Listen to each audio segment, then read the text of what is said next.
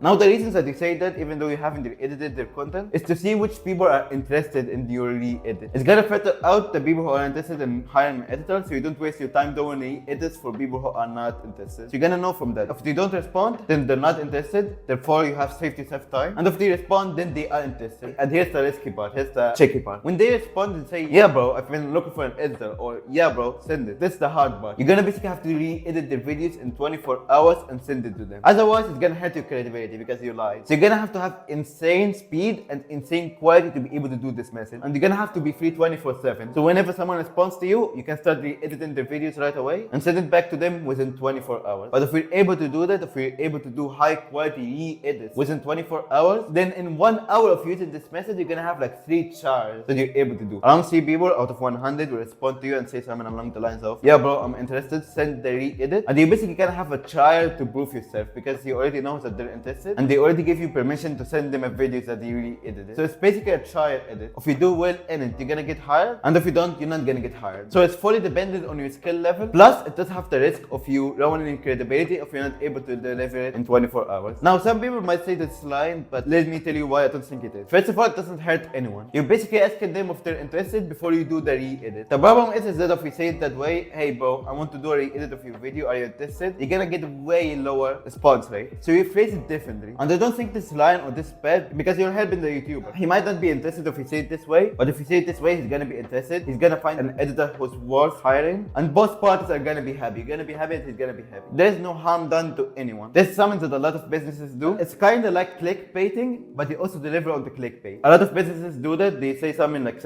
it's technically true, but they phrase it differently. And then once you're interested, once you talk with them for a while, they tell you to choose before you buy. Before you give them any money, they tell you to choose. That way they haven't lied, and they have also helped you because maybe if they didn't say it this way, you wouldn't have talked to them, you wouldn't have booked a call, and you wouldn't have found that they would be able to help you. So I don't think this is lying or morally bad unless you're not able to deliver it within 24 hours. In that case, you're gonna ruin your credibility and you basically clickbaited the guy without delivering on the clickbait. So if I was starting from zero, if I, with all of my skill, deleted my Twitter and deleted my portfolio, this will be the first thing that I do. Because I already have the skill, I already can do insane re-edits within 24 hours. I would just send that message to a lot of people, see who's interested, and re-edit their content and probably get hired within like 2 days. You don't understand how insane the results that it gets are, but only if you're able to do it, which makes it the best outreach method, but also the hardest outreach method. So these were the 4 outreach methods, going from easiest to hardest: job posting DMs, re-edits, mass call DMs, mass code re-edits. I've explained to you how to do each one of them, the requirements you need to do each one of them, what kind of results to expect out of each one of them, and how much volume you can do for each one of them. Now, depending on your skill level and previous work, you need to pick one of these and start doing them for hours per day. A lot of my highest paying clients were outreach. Outreach is super high ROI. In 1 hour, you can get a new client that pays you like thousands per month more in 1 hour of work. It is boring though, so you're gonna have to have some discipline to do outreach for hours. So depending on your situation, choose one of these outreach methods, choose how long you're gonna do them each day, and go rewatch the parts that I explained them in, and do exactly what I said. I've tested a lot of messages, I've tested a lot of platforms, I've tested